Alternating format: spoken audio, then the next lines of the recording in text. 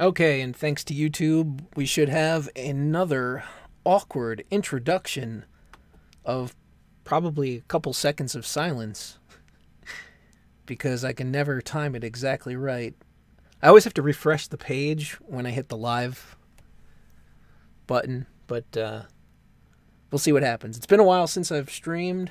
I tried to do a gaming stream the other night, and YouTube just crapped the bed on me, so I think I got maybe like 5-10 minutes of actual streaming, and then I had to go over and switch to Twitch. Of course, it came back within maybe about a half hour of me switching over, but I didn't know how long it was going to be down, and I wanted to do a game stream that night. Welcome everybody to who is joining in currently. Got a couple of random things that I pulled up to discuss, and nothing too important, but we'll see how long it goes for. Try to get at least an hour of a show in. YouTube is fucked. Yeah, YouTube is pretty bad now. They I'm going to mention it briefly later on, but they started messing with the chat now even more. So you know how there's live chat and top chat. I always have to switch over to live because it's automatically on top, and then I don't see certain comments. Well, now in addition to that, certain chat rooms are being extra moderated automatically by Google, and you'll just see every once in a while if somebody types in an offensive enough word, then good old YouTube will come in and clean it up for you. I see we have some people testing that out already. Great. Yeah, I don't know. I mean, it's never happened in my chat. Maybe the channel here is too small for it to work, but we'll see. Likes and dislikes keep changing at random, but the heel turn stream, it doesn't happen. Yeah, maybe it's certain channels. Maybe some sort of algorithm just kind of picks up on where the terms are used over and over. Hey, you guys are going to get it done to my chat. I don't care, but whatever. It's kind of funny. I mean, this channel's just yeah, it can be as offensive as I want. Yeah, there's no moderation here. Depends where the Google moderators hang out. Well, you think it's done in real time? You think it's like actual people and not just some sort of AI thing going on? Because I would imagine that it would be difficult for them to actually monitor. Unless, of course, you mean that the channels are marked by the AI and that's just where they work. Maybe some of us are on the list. Yeah, I mean, maybe there's a list of certain users or a list of certain channels. Something like that. Something's definitely going on. So I don't know how many of you have seen my latest video. I think it's been out for about a week, maybe more now. I can't remember exactly what day I put it out. I lose track pretty easily. But we're going to talk a little bit about some of the reactions that I had to that.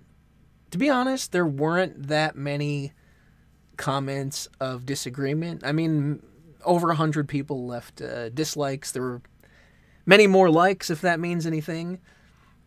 But it's interesting what people bring to the table as far as responses to it. Let me just pull up the page here, and we'll get started. Okay, there we go. Okay, so I pointed this out on Twitter the other day, and then we'll go through the actual comment section and see if I can find some of those comments that people were leaving. But basically, the criticisms that I received in response to the video, I made a joke about the YouTuber Mother's Basement and his girlfriend. It was, a jab, a little jab. So people got insulted about that. Basically, hey, you lost your credibility because you insulted somebody. I didn't know that's how that works, but apparently it did. They educated me. Now I know. don't usually watch anime or read manga, but Goblin Slayer is awesome and I love it. Yeah, I mean, I like it. It's not bad. You know, it's not. I've seen quite a few anime, read quite a bit of manga. You know, it's not my favorite thing, but I don't think it's horrible by any means. It's pretty good. My one gripe I kind of put in the joke in the end of the video is that the characters don't really actually have names. It's not a big deal, but in a way it kind of like breaks the immersion, I guess. The other thing we got, because rape was featured, they tried to project their fantasies onto others, and basically they pull up the point, well, you guys just think this is fat material. It's like, who gets aroused? I mean, look, maybe there's an audience for everything, so there's probably some people out there that do. But I would imagine it's a very, very tiny minority, and if you watch the series or you read the manga, you know that the intention is not to arouse people because it's portrayed as a horrific thing with horrific consequences. I mean, in the very first episode, the girl that suffers that fate is later shown basically, she looks like an empty vessel being carted away with the other victims. So it's not a pretty sight. And then, last but not least, we got my favorite. This is one of my favorite things, is when you make a video criticizing people that are clearly being ridiculously sensitive about something, and they like to turn it around. It's where they try to take things like the term snowflake or whining or crying, and they try to turn it around on you by saying, well, you're no better because you're just getting offended by the comments that these people are making because they have a different opinion than you. It's like, okay, first of all, pointing out that something is fucking stupid doesn't mean that you're offended by it. Making fun of people doesn't mean you're offended by them. It means you think they're retarded. And I just think it's funny that, just because you throw an insult out there or crack a joke, that somehow it means that anything that you say after that doesn't need to be addressed. That you can't have both. You can't have the comedic jab and the valid point simultaneously. It apparently has to be one or the other. I didn't know that. Maybe you guys didn't know that. But now we know. Now we know that no humor allowed, no fun allowed, definitely no insults allowed, unless, of course, you're, labeling somebody some sort of label to discredit them as a human being deserving of any type of respect. But let's go to the actual comment section. And then after that, we'll take a quick look at some stupid comic that I came across that completely misrepresents the series. Criticism equals offended. Exactly. It doesn't make any sense, but, it's reaching. Because the way I see it is if you had some sort of response that made any damn sense, you'd actually address a point. And, I'm all for defending what I said, but if you're going to come and try to, pick apart jokes, I don't know how to defend that. What am I supposed to say? At the end of the day, all I can say is I thought it was funny. And that's why I said it. It's not an interesting argument. If they didn't find it funny, that's okay. But I'm not going to change my sense of humor on the basis that, somebody came in and was like, how dare you? How absolutely dare you say this? Well, let's look for these comments. There were some funny ones in here that, were satirical, but we'll look for the serious ones. I got this one earlier, and I can't tell if they're serious. This person has really bad grammar. They should have had some warnings. I like dark fantasy and will keep watching Goblin Slayer, but they really should have had some warning for mature scenes of violent and sexual nature. Then it should have said, if you don't like this, don't watch it. Other anime have warnings. Well, Crunchyroll, we can thank Crunchyroll and their incompetence for that. I don't know why you're watching it on Crunchyroll anyway, because fuck them. But I have heard that since they received complaints about that, they did put in their usual content warning. I don't know how they missed it in the first place. You'd think they would just put it in there because of how sensitive they seem to be to that type of audience. But they didn't do it. Let's keep scrolling here. It's going to be a... I probably should have found these beforehand, but, you know, this is how I do things. Just jump in. This is kind of silly. I can tell videos in the future will just be about Twitter assaulting about small things. I mean, while I don't think Twitter is a big deal, a lot of people do. You know, that's where they vent. That's a big platform where they, you know, get up on their soapbox and complain about these things. So of course, I'm going to come across these posts. I mean, sure, I could have went and found sources elsewhere, but I saw them on Twitter.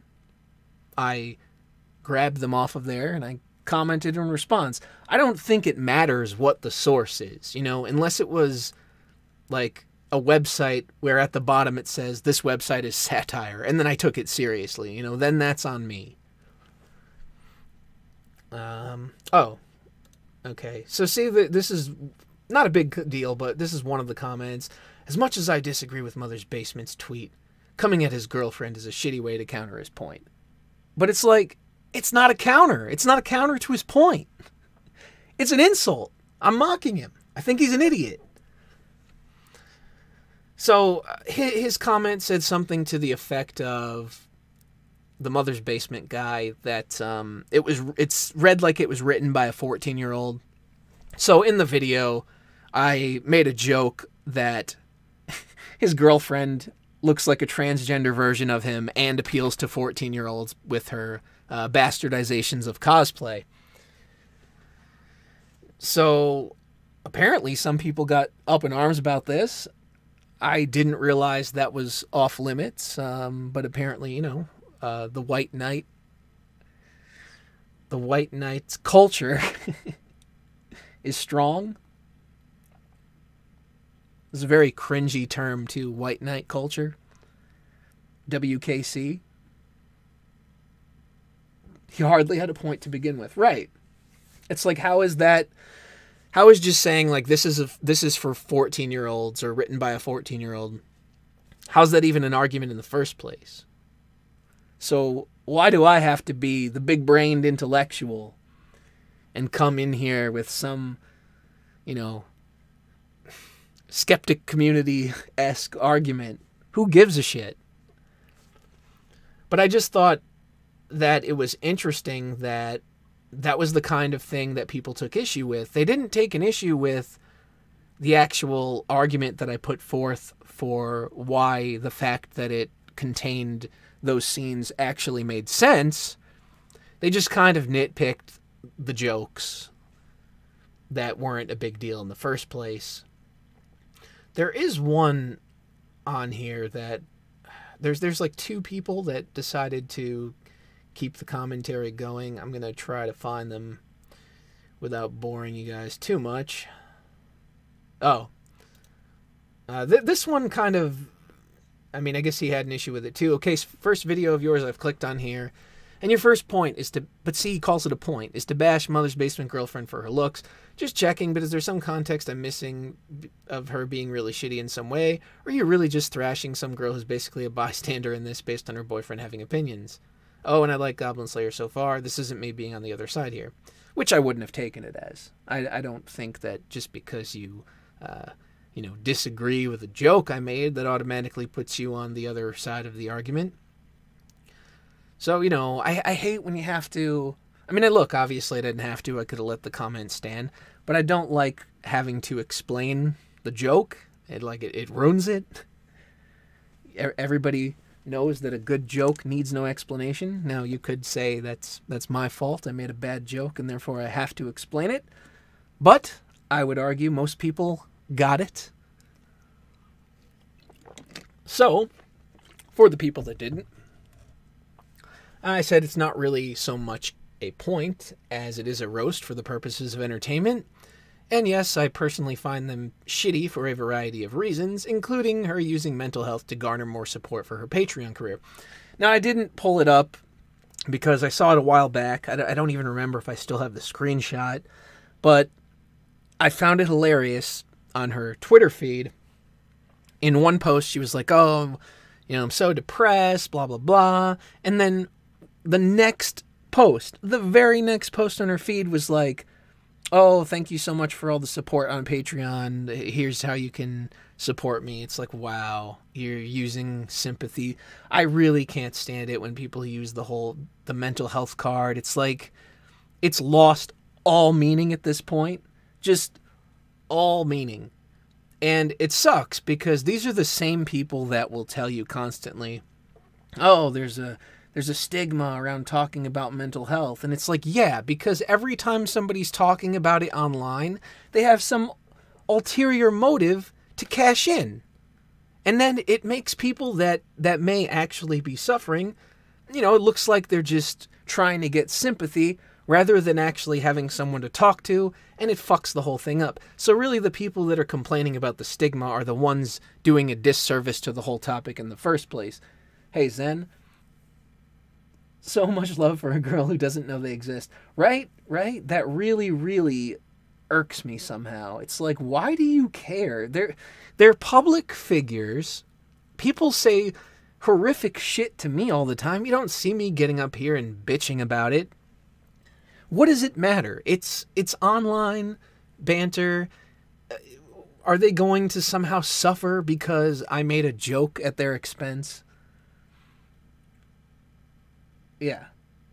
People who are truly depressed rarely ever talk about it, especially on the internet. Yeah, and with good reason. Let's keep going.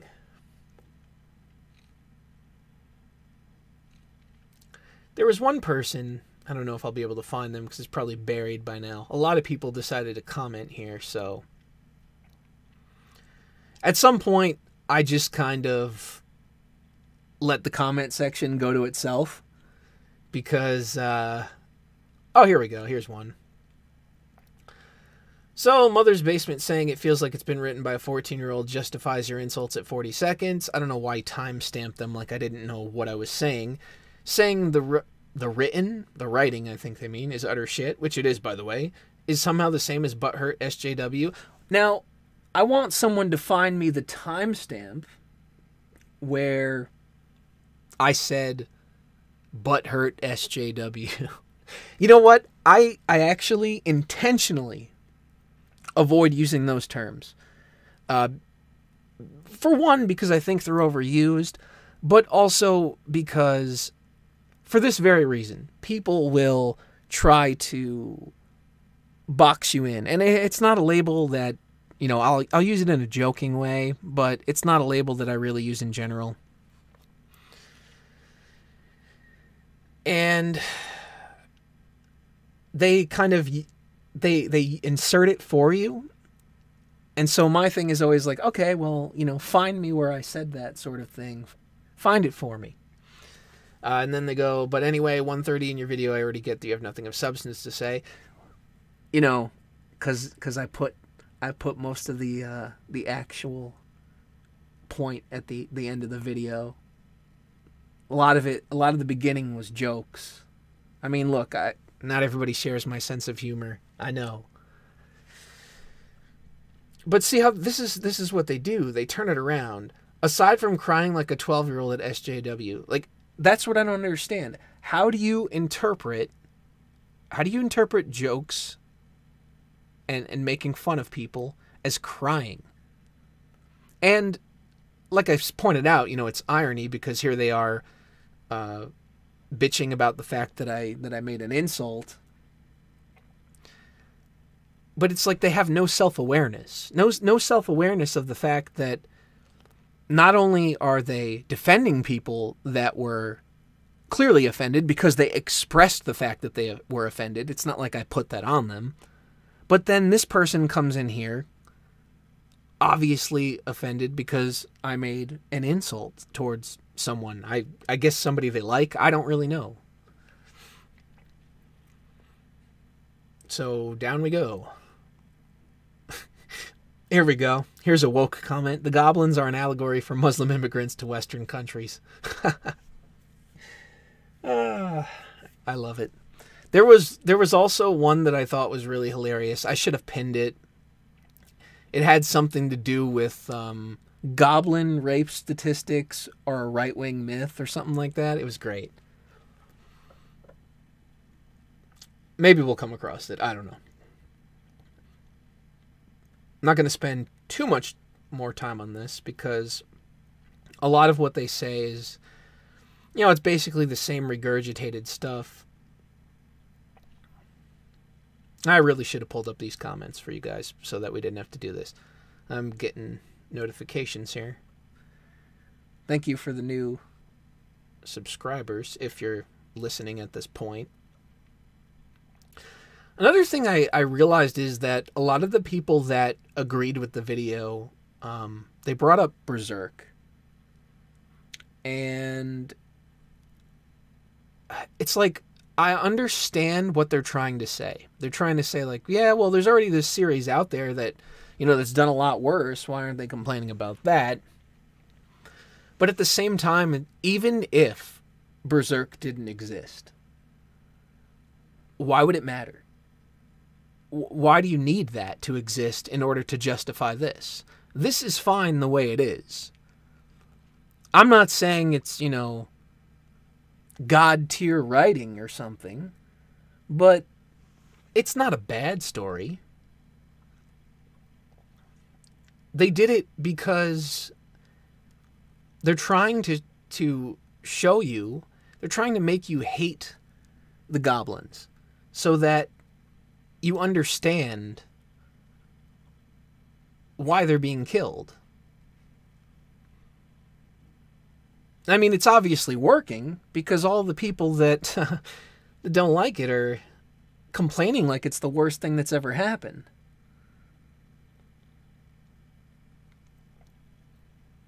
Berserk goes on hiatus so much it practically doesn't exist anymore. Wasn't there another one that was kind of like that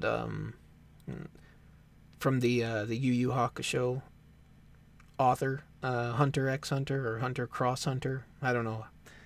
Usually they say the X is cross. I don't know which it is.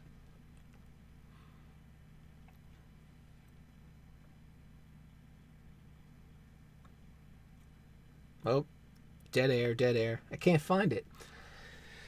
Oh, there's been so many comments that I can't find the one. Oh, here's another one. Skotaku or Scott-taku. I don't know. It's not a good sign when you have otaku in your name. Wow, going all in against an internet darling for his reasonable opinion by attacking his personal life. Real mature. Way to totally tank your credibility 45 seconds into your video. LMAO. Why did... Again, how does saying... First of all, what's an internet darling? I've never heard that before. I know what they're trying to say, but it sounds retarded. And what's reasonable about saying, because I don't like this writing, it was written by a 14-year-old? But I don't understand the whole thing of like, oh, your credibility is destroyed because you insulted somebody. It's like, no, that's separate from the other things that I stated. I can say something you don't like and also be correct about something else. That's not how reality works. Uh-oh. Why is my... Uh-oh. Did my mouse die? I think it did. Oh, alright. I have like a wireless mouse, so I have to replace the batteries right now. Luckily, I charged them up, but this is absolutely ridiculous. Especially now because I can't get the batteries out. There we go. Oh boy. Technical difficulties that you would not expect. Batteries just crap the bed live. Hopefully, this is a working pair. The mundane method of putting an LMAO at the end of the comment. Most of it is used for boner material. I mean, I I guess. I personally don't really understand the concept of getting aroused by cartoons, but apparently there's plenty of people out there that are into that. Wasn't aware until I entered the world of the internet. Oh, come on. What's wrong with the wireless mouse? It's actually a really cool keyboard. Okay, maybe nobody else is going to think it's cool, but I think it's cool. It's this bamboo keyboard set. It's like a wireless keyboard and mouse. I'll have to... Maybe I can find it for anybody that actually cares. I'm sure nobody does. Why doesn't Amazon work? Wow, that's some top-tier typing there. It is... Let's see. I think it's this one. Is it? I don't even know what the fuck I bought. Yeah, it's this one. Although I didn't pay $64 for it, so there's that. I got it cheaper. I like it, though. Some people will probably think it's tacky, but I think it's interesting. I had needed a new keyboard for a long time. If it's a G603. You know what? I don't even know what that is, but I'm going to look. Will it come up if I just type G603? Okay. Yeah, I could see myself using that. Not bad. Yeah, it's kind of neat because it doesn't...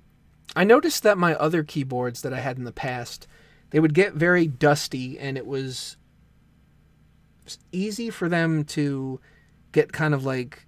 Look, I before I say this, I have pretty clean hands, but, you know, it's like if you play the guitar, you get like skin, dead skin on your strings and stuff. It's like the same thing kind of happened to the keyboard, and it would build up, and I'd wipe it down and stuff, but it seemed like it'd never come completely clean. But with this keyboard, it's kind of like it's almost resistant to getting as dirty because I've had to wipe it down like very few times in comparison. Anyway, I'm going on about a keyboard, but I like it. Why do people like Mother's Basement? He isn't interesting, and he shits on anime fans. I don't know. I keep trying to figure that out, but there's no answer. It's very perplexing to me why you would want to listen to someone who talks down to you as though he's way up on this pedestal and you're all the way down there, the minion, the pleb. I think for the same reason people like Matt and DSP. But don't people just kind of laugh at Matt and DSP these days anyway? I don't know. New stuff has a lot of garbage. Apart from picking up high-profile stuff, I tend to go back to watching old stuff that I missed. There's a lot of good old series out there. I do try to keep up with new stuff, but I'm very selective about what I get into. Alright, so I'm not finding these comments, and it's not really important anymore because I basically addressed the point I wanted to make. But let's check out this comic real quick, and then we'll move on to something else. This is by, I think it's by Me, Myself, and I. Goblin Slayer, a comic.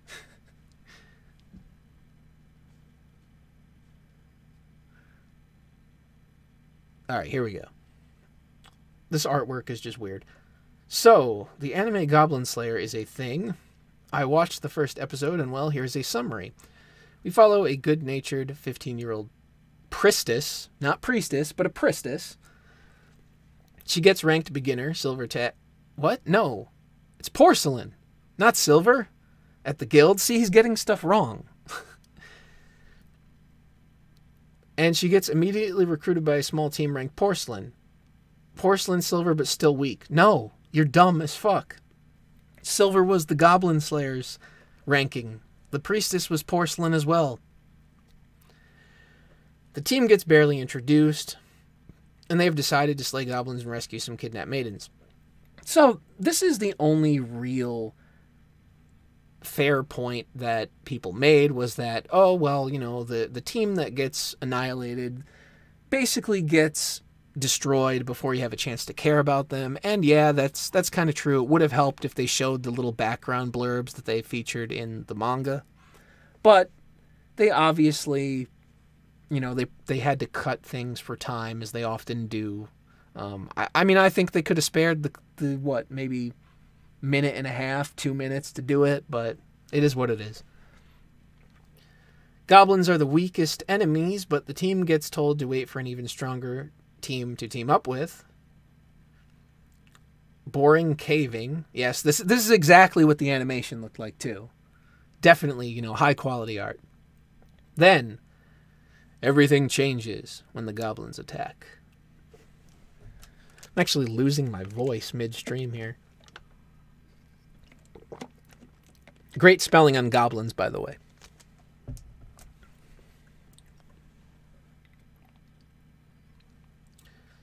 Let's see. Team girl number 1, Grumpy, gets stabbed and nearly raped.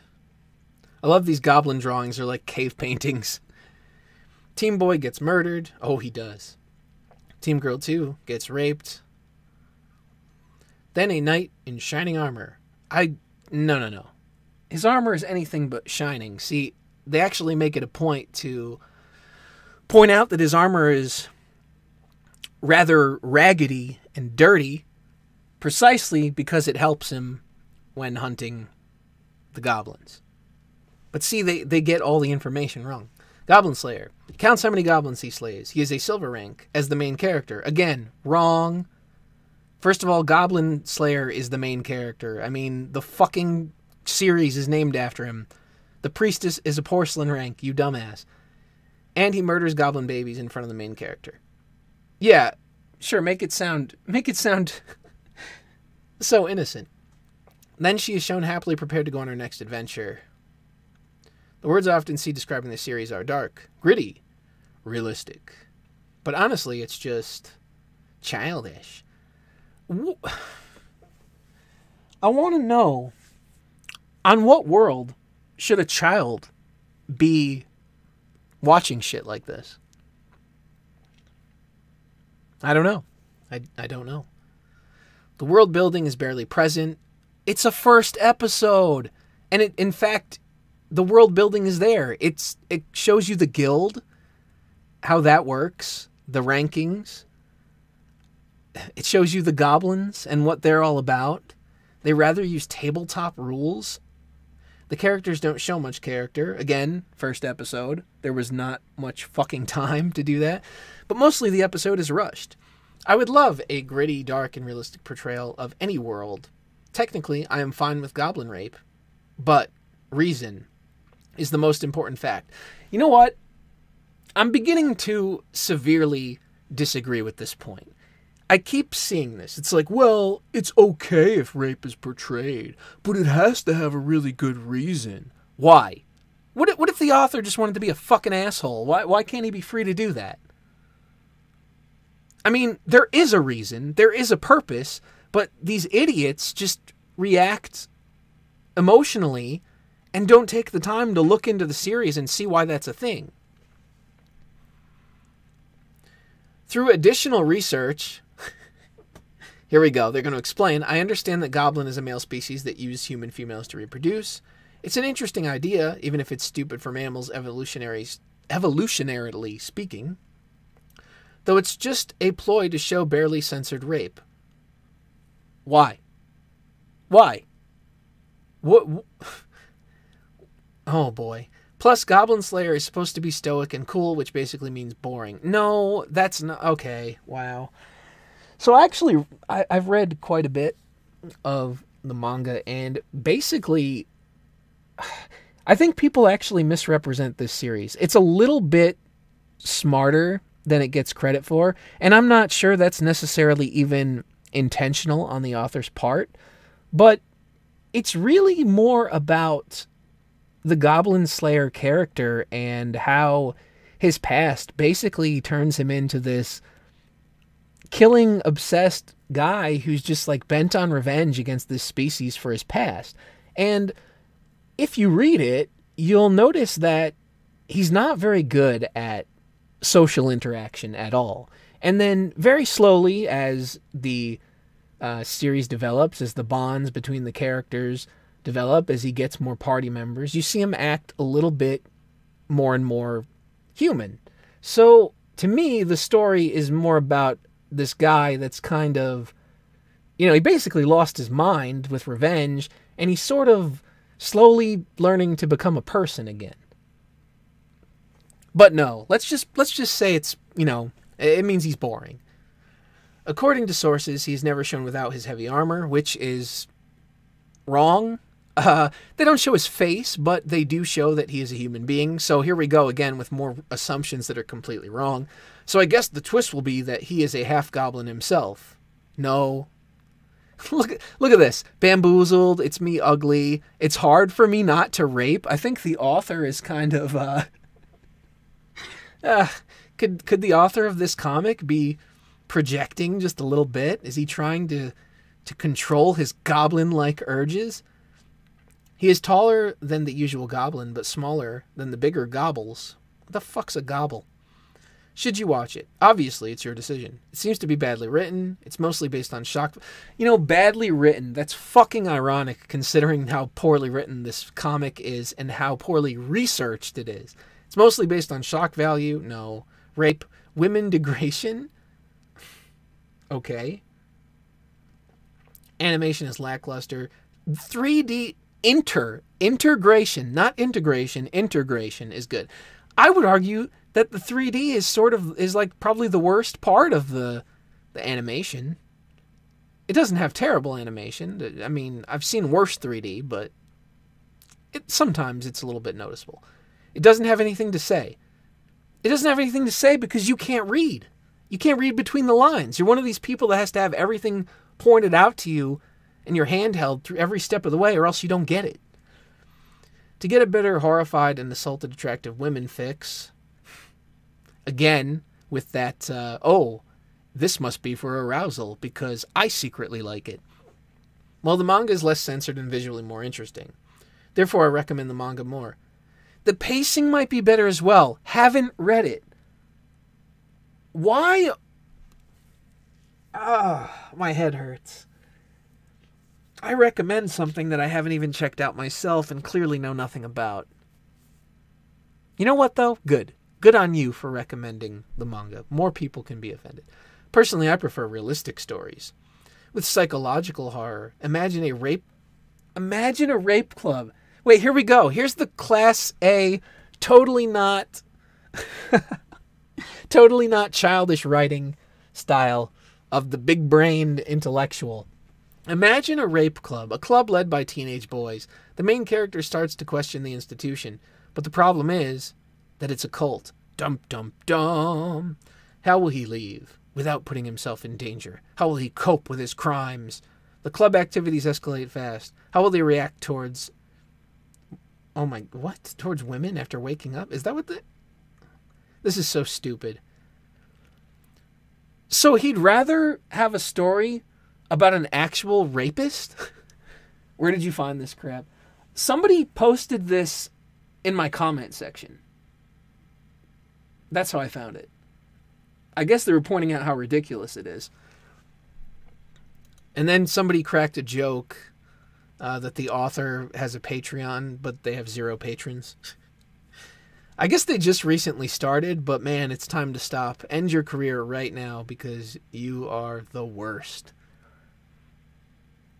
I prefer realistic things. Imagine a rape club. Yeah, those aren't... Oh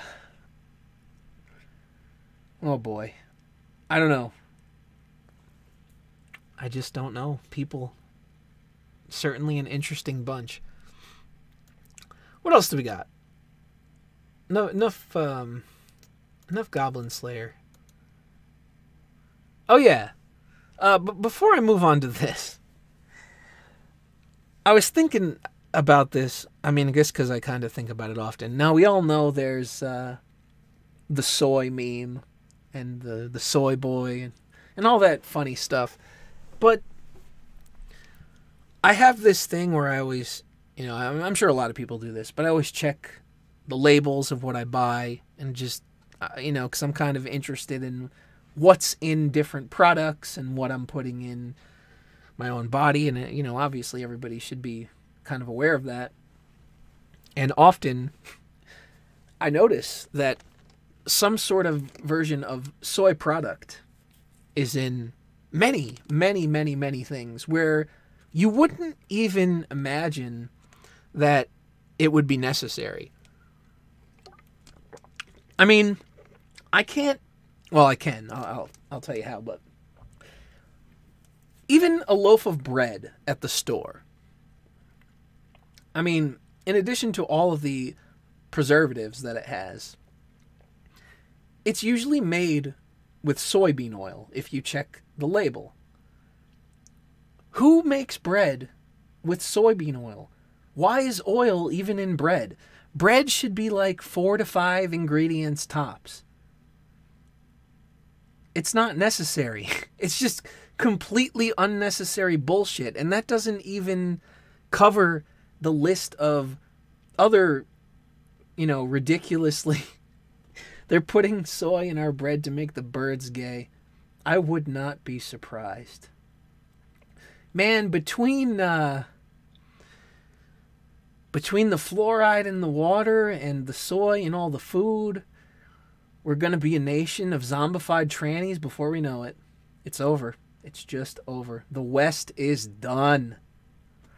No, but really, I guess I've kind of made this conscious effort to avoid this product whenever I can, this ingredient. It's not necessarily because of the memes. It's just that I think it's stupid.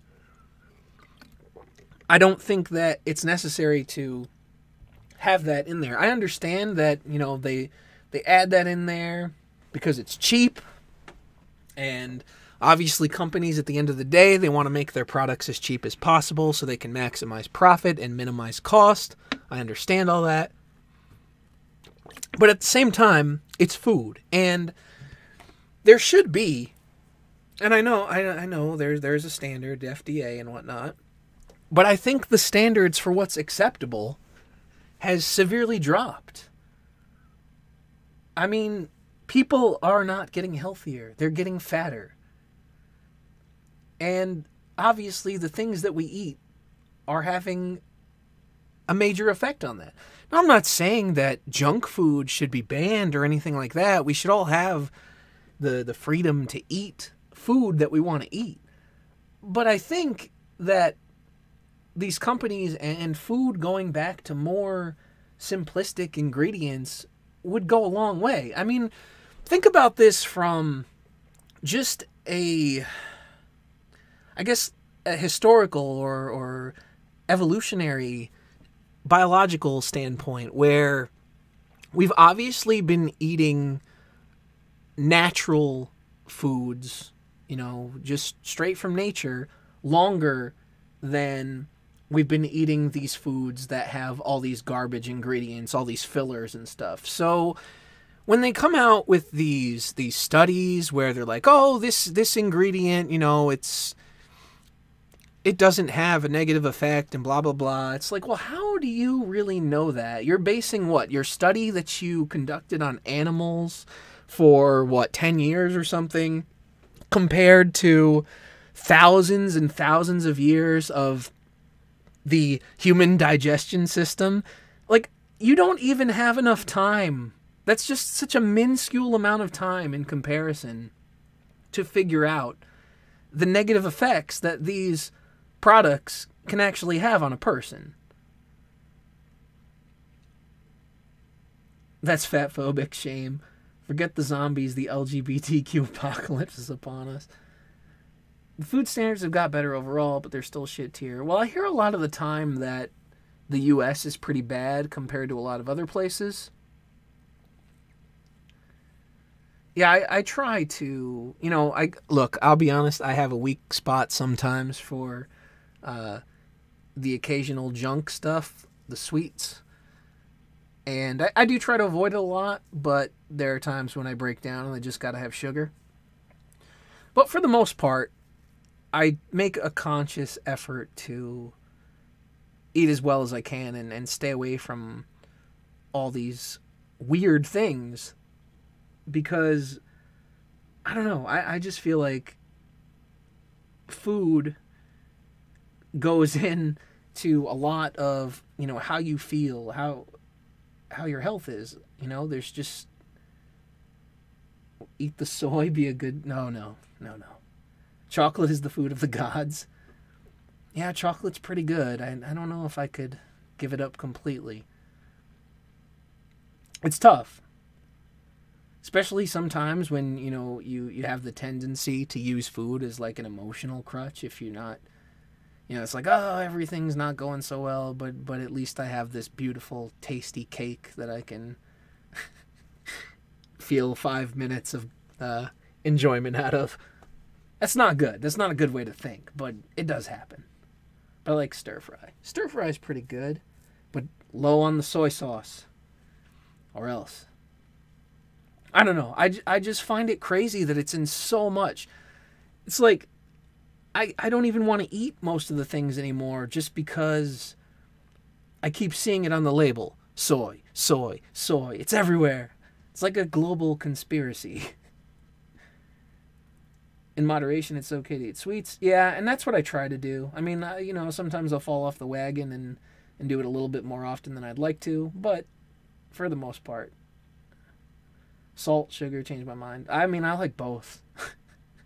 But I have low blood pressure, so it's all right for me to get a little bit more salt. Honey and bee pollen are good for your health. I love honey. Unfortunately, the poor bees are suffering as a result of humanity's stupidity.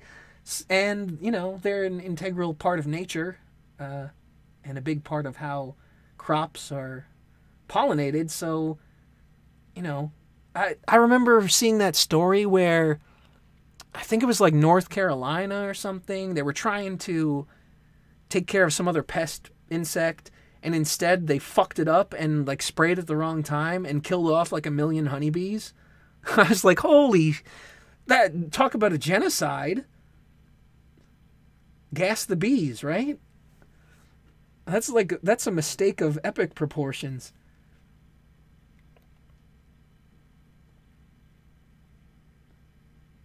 I already have man tits. Is it too late for me? It's never too late. You can get your workout on. I have a pretty good routine going, so you could. It takes some getting used to, but like once you get into an exercise routine that you do like every day or every other day, you it feels like second nature. And then when you don't do it, you kind of feel like you haven't done anything. You feel lazy for not exercising. That's sort of like where I'm at, where if I don't do it, I'm like, oh man, I'm such a piece of shit. What am I doing? I have to work out. Do you think that cell phone towers have a negative effect on the bees? I never thought about that. What's up, Hard Bastard 2?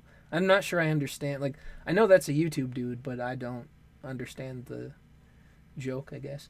Bees run the media. It's a bee conspiracy then. I see.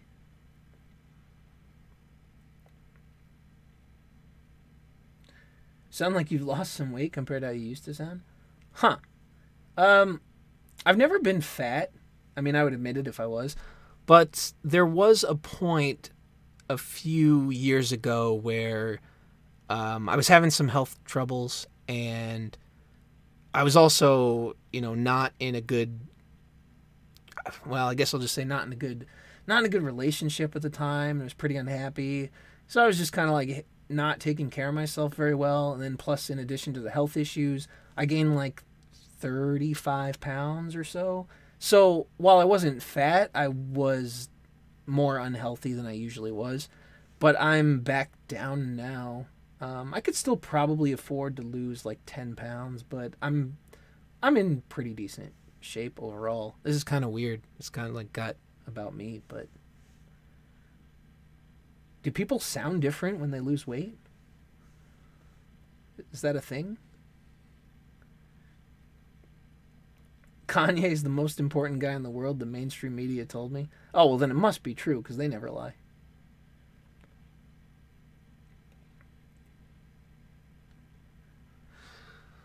But that's my soy rant, I guess. I'm just sick of seeing it on everything. It just feels weird.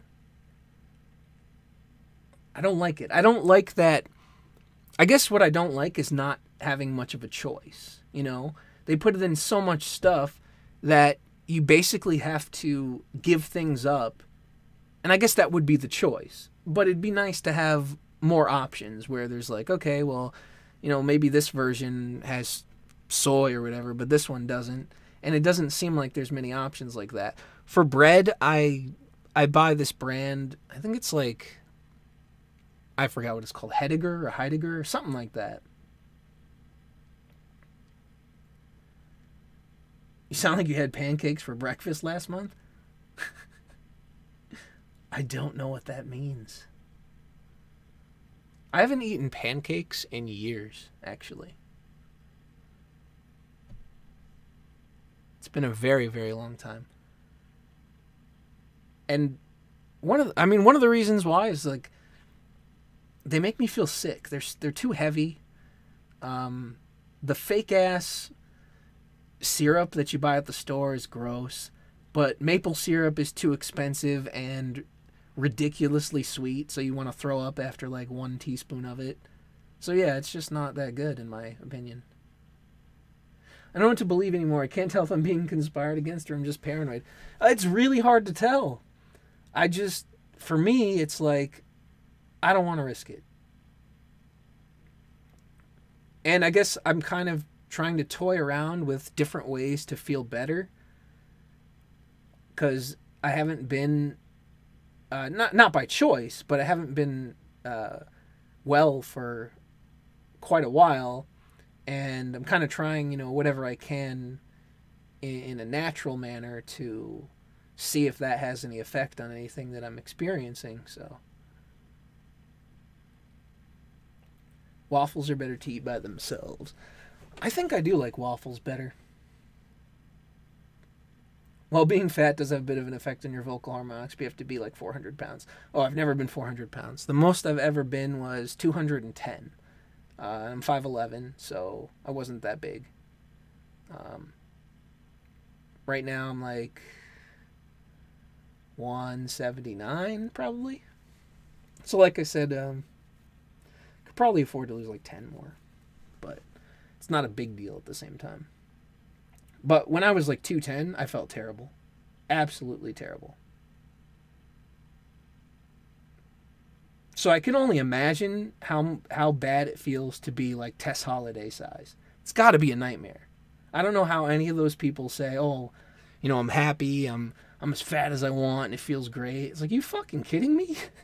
I couldn't even be barely overweight and enjoy anything. Are they manipulating my thoughts and desires to sell it to me? I don't know. Do you feel manipulated? The other thing, before I talk about this stupid game thing, it's just a personal pet peeve that I've noticed a lot and experienced a lot. Jesus Christ, what constitutes being a big guy? Like, I know I'm not big, but I am average. I thought Destiny was like that, but I don't know.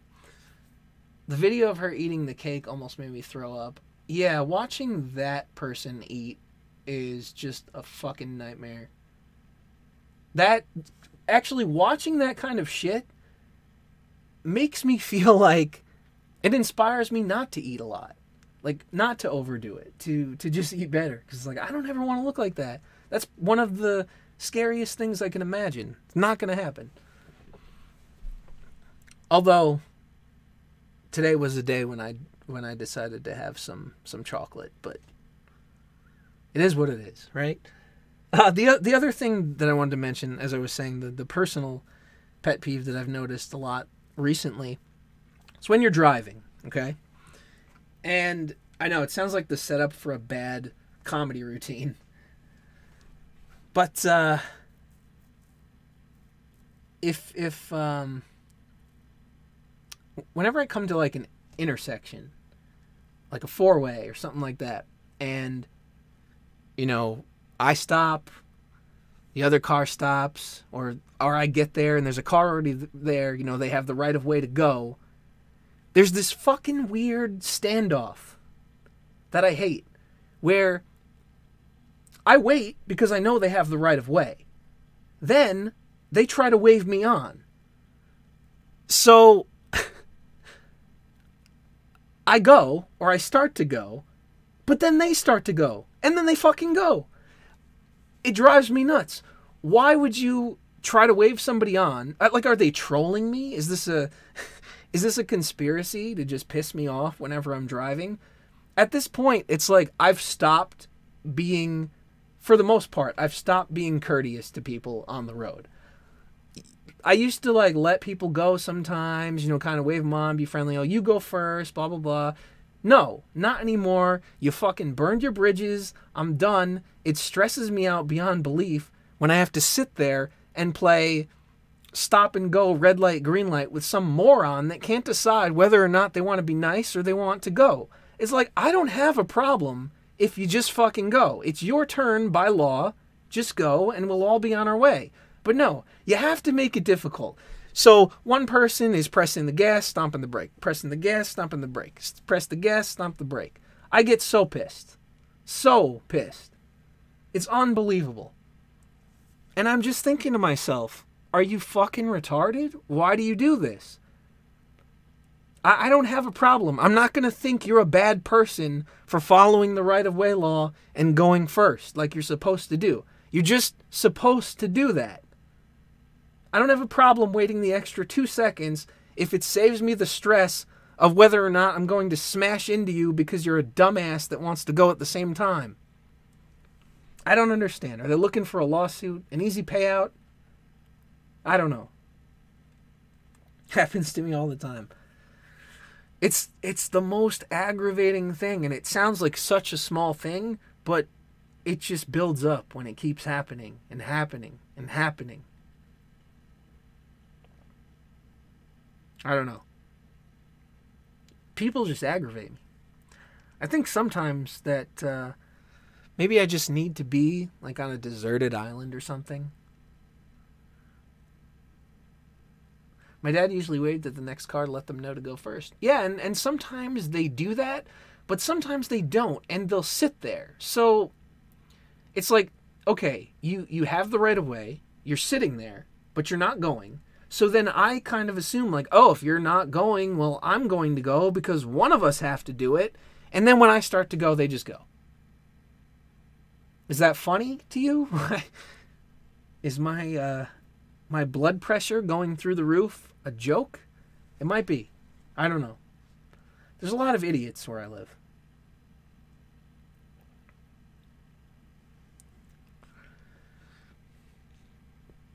Try keto diet. I've never tried that.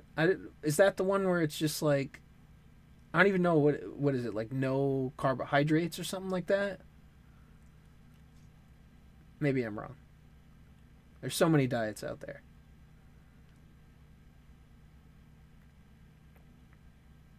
Driving a stick shift makes this worse. I can only imagine.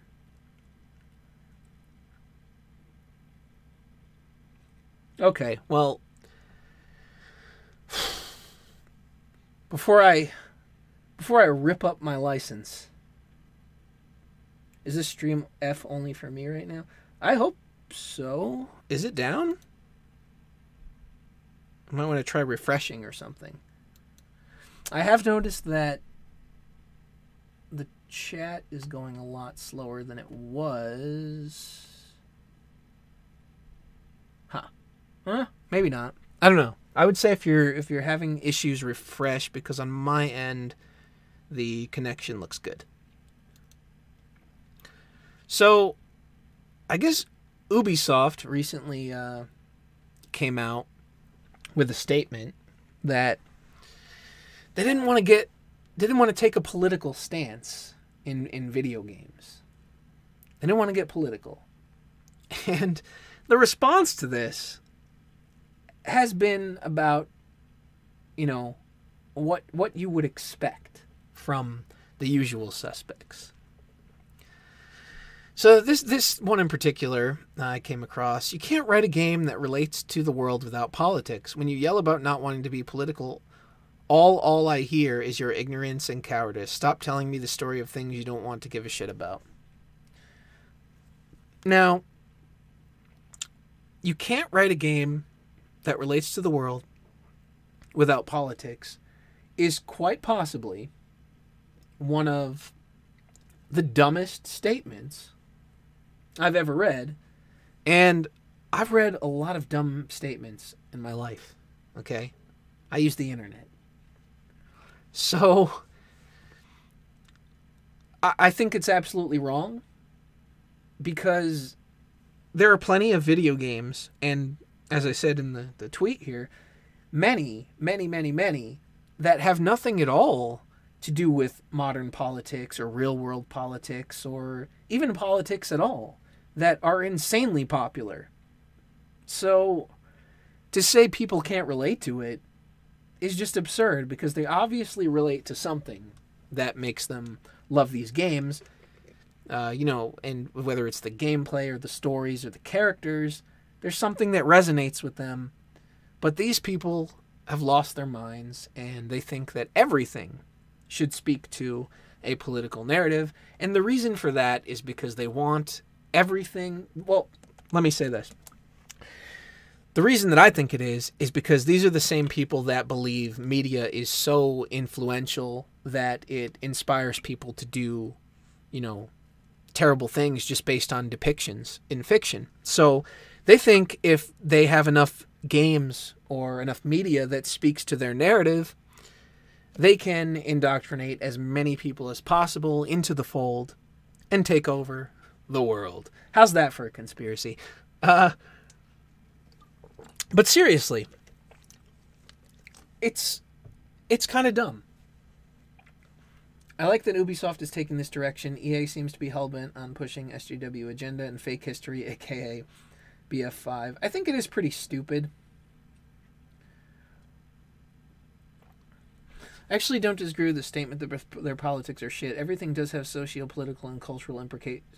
Okay, well then, see, that's where I kind of don't really understand, because then, what are the political implications of, the Super Mario Brothers or Pac-Man, what does that have to do with real-world politics? It's a complete fantasy. It doesn't speak to modern politics at all. Obviously, fantasy is influenced to some degree by reality, but it doesn't always mean that there is some sort of underlying agenda that's trying to push you into a certain way of thinking. And furthermore, if you do want to be political, you can do it in subtle ways. The thing that I don't like about these narratives is that they want it in your face, not open to any sort of interpretation, and it has to push a specific message that at the end you can't walk away from without having forced into your head. There's no room to say, well, this is the king dies at the end of the story, but the reason for that is not really open to interpretation. It's it's because he was a Nazi. There's no there's no room for imagination anymore, and that's what's killing these stories.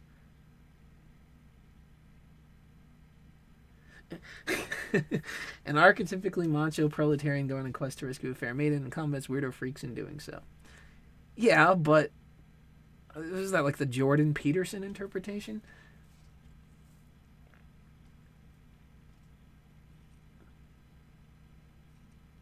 But the problem with that is, like, you can't even do something like that because then they say, well, oh, he's rescuing women because women are portrayed as weak and that's not allowed because it's not empowering. It's so fucking stupid.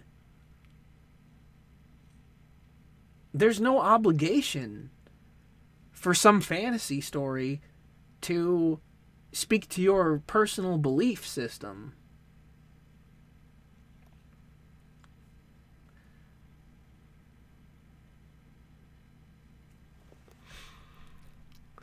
I mean, I understand what you're saying, but then at the same time, it's like, I really don't think Shigeru Miyamoto was thinking about it that deeply.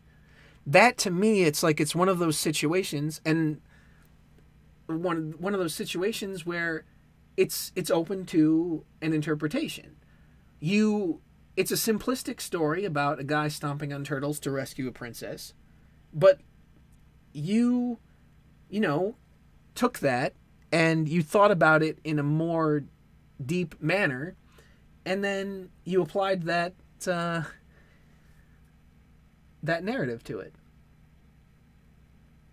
Like, that was your interpretation of what it could represent in reality. The creator doesn't necessarily endorse that, or the creator didn't necessarily make it with that in mind. It has inspirations, like, from that type of thing, but if it's not the author's intent, and that's exactly kind of what I'm talking about, where it's like, you have the freedom to interpret that as you see fit. Like, there's still room. It's not so black and white that it's jamming a narrative down your throat that you're somehow supposed to, like, now go vote Democrat because you did it, because you experienced it. You know what I mean? But let me just see real quick. I don't know if I'm going to read the whole article, but let's see what they said about this. PC Gamer. I don't really know if they're any good, but that's where I found an article on it. I couldn't find that gamesindustry.biz one, but to be honest, I wasn't really looking hard enough. Let's see. So I guess they're going to open up with trying to, maybe point out some sort of contradiction here. Despite being a top executive at the studio responsible for Tom Clancy's The Division, Ubisoft massive COO Alf Condelius, what an interesting name, said during a panel at the Sweden Game Conference that we cannot be openly political in our games, because doing so is bad for business. So he said openly political. He didn't necessarily say not political. For example, in The Division, it's a dystopian future, and there's lots of interpretations that it's something that we see the current society moving towards, but it's not. It's a fantasy. It's a universe and a world that we created for people to explore how to be a good person in a slowly decaying world, but people like to put politics into that, and we back away from those interpretations as much as we can because we don't want to take a stance in current politics, because at the end of the day, they're a business that wants to sell games. And we've seen time and time again, whenever these companies try to get woke, well, they go broke, right? That's the saying now, get woke, go broke. It's also bad for business, unfortunately, if you want the honest truth, but it is interesting, and it is a discussion that we have, and it's an ongoing discussion we have with our users, of course, because people want to put an interpretation into the universe that we create, and they want to see their own reality in fantasies that we give them and the stories that the games are. I think that's a big problem, too. Like, I think it's interesting that people can come away from something with, different interpretations, but then at the same time where there's this exceeding desire for them to have their reality reflected by it, it's a little weird. I don't personally play video games to experience my reality. I like to get away from that. I like to play games that put you in a situation that is impossible to experience in real life. I've said this plenty of times, but it's relevant. Let's see. It's an interesting stance to take, particularly for Ubisoft, along with The Division, a game about anonymous agents of a previously secret Homeland Security unit who respond to a devastating pandemic in New York City by killing truckloads of Americans whose core crime is not wanting to starve and die. Okay, let's see. Is this really that interesting? I'm going to go scroll down a little bit more, see what he says here.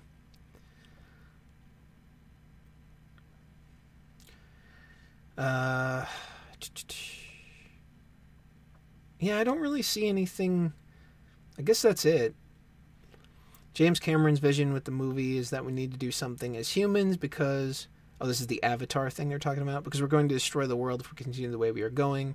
That is political, but we're not going out and saying you should vote for that person, you should not do this. But it's a political statement, of course, and we think that's important. But we're not writing it on somebody's nose. See, that's kind of like the thing that I'm talking about. It's like where you can have a message, but that message shouldn't necessarily be like Hillary 2020 or something like that, you know? Because then that's, you're like pushing people to something a lot broader than, oh, let's take better care of the environment. Like, to me, something like, let's take better care of the earth, that's not a left or right issue. That's, you know, an issue that's important for human beings and basically all of nature. But unfortunately, you know, there's not much animals can do to help us in that manner because it's mostly the inventions of people that are fucking the most things up.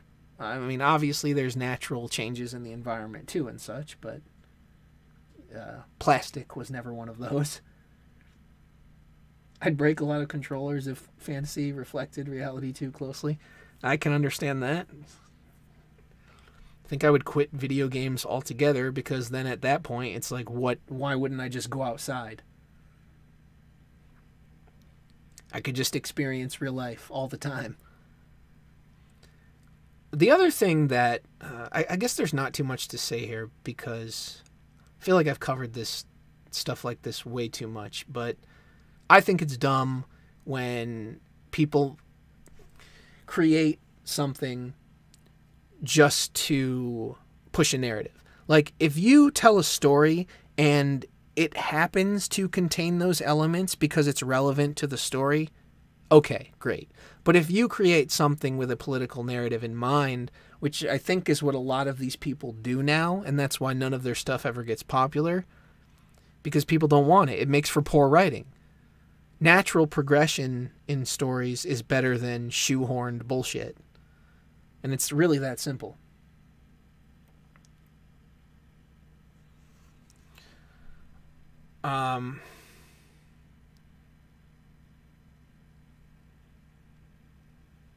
Man-made global warming pollution. Yeah, I mean, I wasn't necessarily conflating those two, but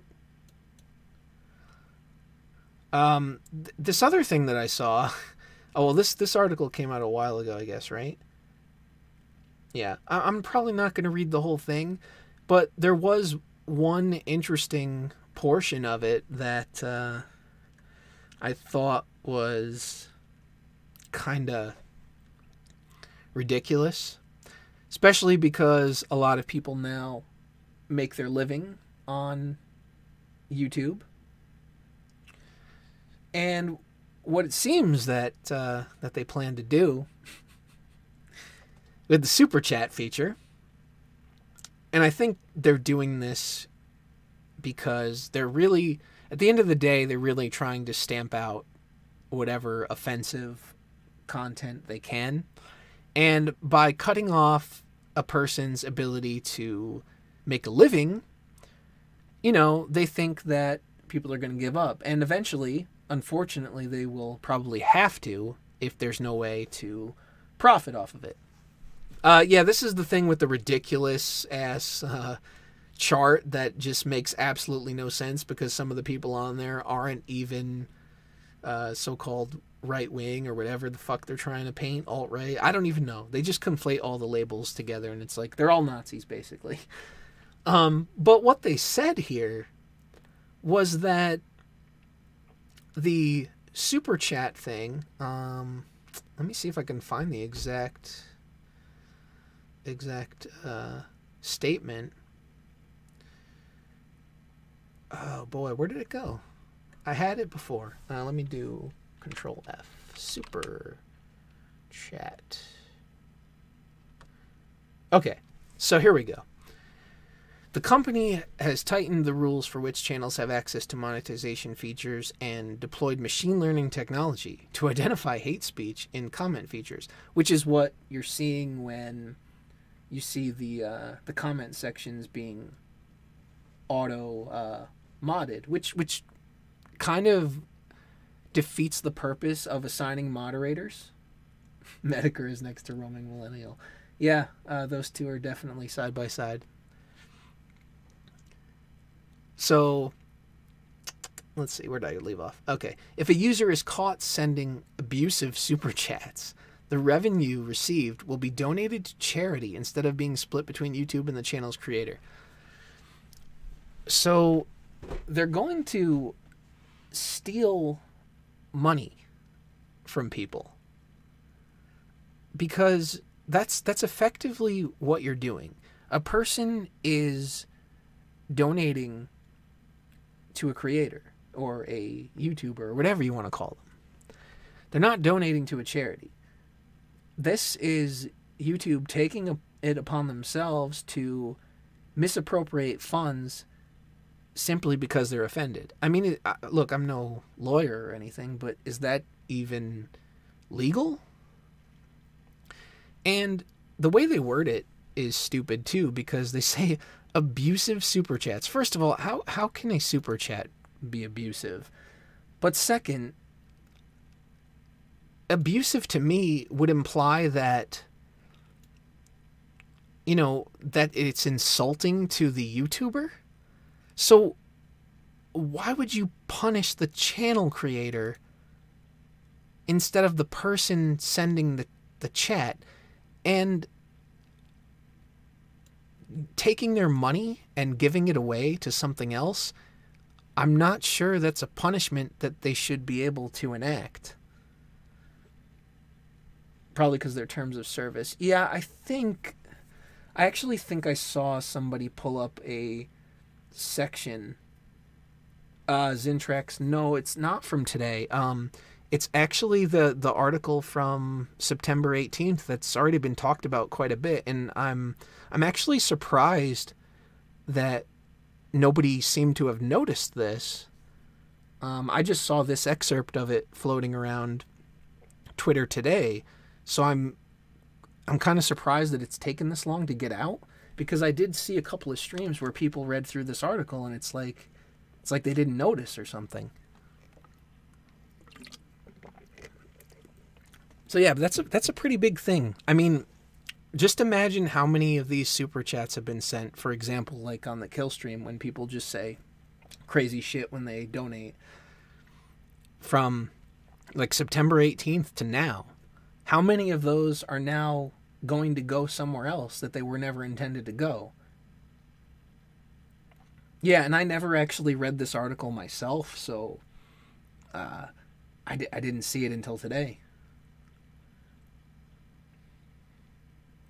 It's kind of crazy. I just think it's getting to a point where it's absolutely insane. There goes all Ralph's super chats. Yeah, I mean, that's fucking crazy. If you're counting on that money and they just take it out from under you, I wonder if they even notify you that, say, like on your super chat list, like, okay, it's like crossed out or something like that, where you know that it's not going to come to you. I just think that the relationship between YouTube and the users is extremely absurd. And exactly, fuck giving 30% to YouTube. Exactly. I think it's ridiculous that they have to take 30%. I wish more people would use Streamlabs. By the way, streamlabs.com/scratchpoint. Just kidding. But I wish people would use Streamlabs more often, just because, you're not giving it to Google. Who decides what is abusive? What if they are quoting someone and the AI flags it? Yeah, there are. I think it's just basically going to mark whatever words they think, whatever words they deem quote unquote problematic, and that's everyone's going to suffer for it regardless of the context, because AI is not going to read context. Not in its current state anyway. Oh, I think somebody asked me what I thought of Candid. I talked about that quite a few years ago. I thought the whole Candid situation was bullshit, and the way that a variety of YouTube personalities basically sold out all their principles for sponsorship because they were desperate for cash. And, you know, it's what happens when you turn this kind of shit into a business. People are looking for ways to make money. They see an opportunity come along. They don't really question it. They just kind of see the dollar signs and sign the paper without really looking into it. And I mean, you got to keep in mind, especially these skeptic community jokers. They're no top tier intellectuals the way they portray themselves. So they're not going to look into it too deeply, regardless of what principles they pretend to stand for. And as a result, they kind of messed everyone up. Ralph wouldn't be mad if it was donated to St. Jude.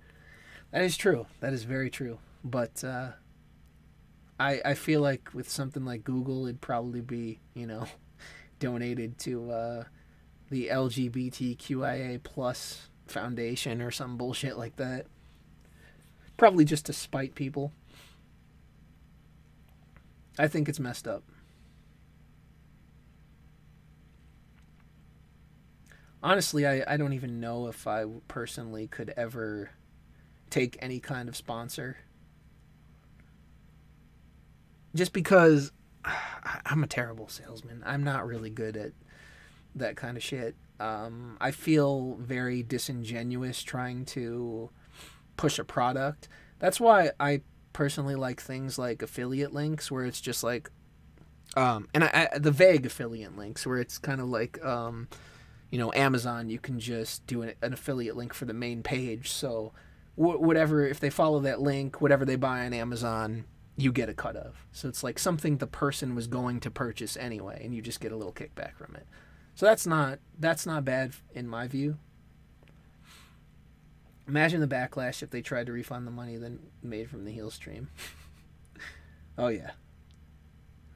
Sponsors are shady as hell. Yeah, I mean, like, some of them aren't so terrible. For example, like the Dollar Shave Club and things like that, because that's just like a basic need. And I personally use the Dollar Shave Club thing, so they're pretty good. But I don't see any reason to like sell it. Of course, I never reached out and asked either. New sleeping pills. I think I need a whole bottle of those after this crap. But yeah, I think that YouTube has gotten too big for their own good, and now they're just trying to, they're trying to play the narrative. Google has, they have a narrative, they have an agenda, and they want to force it on everybody else. They want to make it so that people they disagree with can't profit, can't have a livelihood simply because they have a different idea. And they always try to make it sound a lot more sinister than it really is. They always try to make it sound like, oh, well, these ideas are dangerous, so we have to push them underground. It's like, no, the more you do that, they're actually at fault for the popularity of these channels, if you think about it. Because this is a viewpoint that never gets any mainstream attention, because it's a viewpoint that is seen as something that is not allowed to be said or allowed to be heard, that garners interest. The more you tell someone that you have to stay away from this topic, you have to stay away from these ideas, the more somebody thinks to themselves, well, at least people that have a working mind, they say, hey, I wonder why they're telling me I'm not supposed to listen to this stuff. I wonder why they're telling me that I have to stay away from these ideas. What is it all about? And then those people go over and they say, hey, you know, that actually doesn't sound anything like what it's been portrayed to me by this opposite side. So I'm going to go over here now, and I'm going to say what I want to say. So they've created their own enemy, and they're just making it worse and worse and worse. So do you think if YouTube gets even worse, we'll see more competing websites? I mean, I think some have tried, but I don't know if anything is going to be successful without a big push behind it. And allowing for profit has even been a problem, because you saw things like maker support where, what was it, Stripe or whatever, they were causing them issues with payouts. So, and it's political. It's all political, which is insane to me. But they don't see a problem with it. And the reason they don't see a problem with it is because it's not affecting them. The moment it affected them, they would dial back real quick. They would claim they're being oppressed. They would play the victim. That's what they do.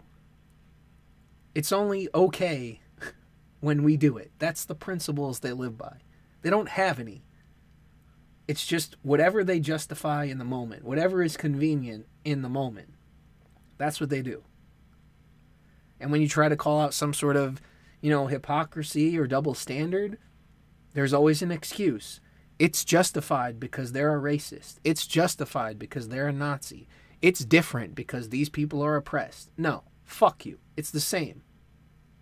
It's the same, and you can't acknowledge it because it's just aimed at people you don't like, so you're all right with it.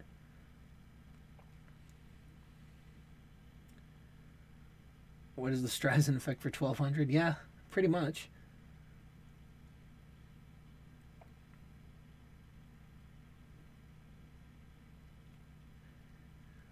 I'm actually pretty annoyed because before the strike happened, I was getting some pretty good live viewership on my main channel. Hopefully when we're under a month now, we're going to make the big return in less than a month to the main channel. So hopefully the majority of the viewers have not forgotten. But we'll see. Calling people Nazi isn't dehumanizing. Calling them NPC is. Exactly. They have so many labels for the people that they don't like that are basic. The intention is basically to dehumanize. But the moment you make one for them and you laugh at it and you make jokes about it, oh, it's dangerous, it's dehumanizing, this is scary, this is what a scary precedent to set. Like, motherfucker, you said it. You started this game. Harvard/ACLU are pretty upfront about their stance. Yeah, they're pretty big assholes. Alright, well, that is pretty much all I wanted to cover for this stream, and perhaps a little bit more. So, I'm going to cut it here. You got the kill stream in about 8 minutes, I believe, so there are more streams to tune into. I'm sure I'll probably go over there as well. Alright guys, thank you for listening, thank you for watching and all that good stuff. Thank you for the interactions, as always, and I will see you next time.